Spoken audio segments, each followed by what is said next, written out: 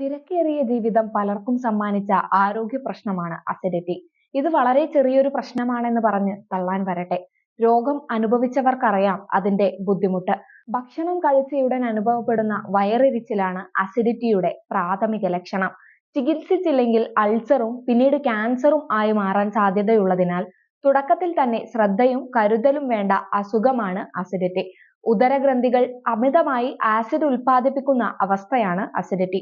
നാം കഴിക്കുന്ന ആഹാരത്തെ ദഹിപ്പിക്കാനായി ശരീരം മിതമായ തോതിൽ ഹൈഡ്രോക്ലോറിക് ആസിഡ് ഉൽപ്പാദിപ്പിക്കുന്നുണ്ട്.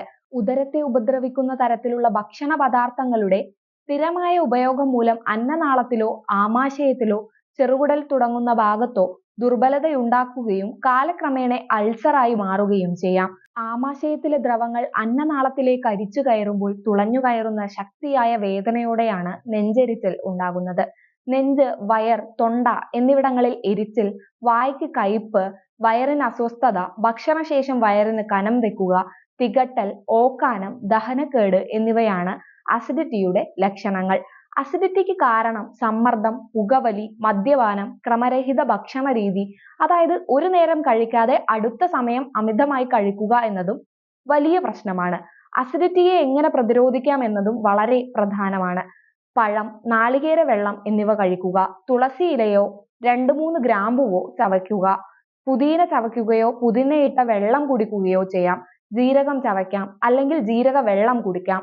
ഭക്ഷണശേഷം അല്പം ശർക്കര കഴിക്കുക. കിടക്കുന്നതിന് 2 മണിക്കൂർ മുൻപ് ഭക്ഷണം കഴിക്കുക. വളരെ എരിവേറിയ ഭക്ഷണം കഴിക്കാതിരിക്കുക. മദ്യപാനം നിയന്ത്രിക്കുകയും പുകവലി ഒഴിവാക്കുകയും ചെയ്യുക. മാനസിക സമ്മർദ്ദം നിയന്ത്രിക്കുക തുടങ്ങിയവ ജീവിത രീതിയിൽ വരുത്തേണ്ട മാറ്റങ്ങളുമാണ്. പതിവായി കാർബണേറ്റ് ചെയ്ത പാനീയങ്ങൾ കുടിക്കുന്നതും സ്ട്രോങ് ചായ കുടിക്കുന്നതും അസിഡിറ്റിക്ക് കാരണമാകാം. കൂടാതെ ഭക്ഷണം സമയം തെറ്റി കഴിക്കുന്നതും അസിഡിക് റിഫ്ലക്ഷൻ ഉണ്ടാക്കും. ഭക്ഷണമില്ലാതിരിക്കുമ്പോൾ ഇത് ആമാശയത്തെ പ്രതികൂലമായി ബാധിക്കും.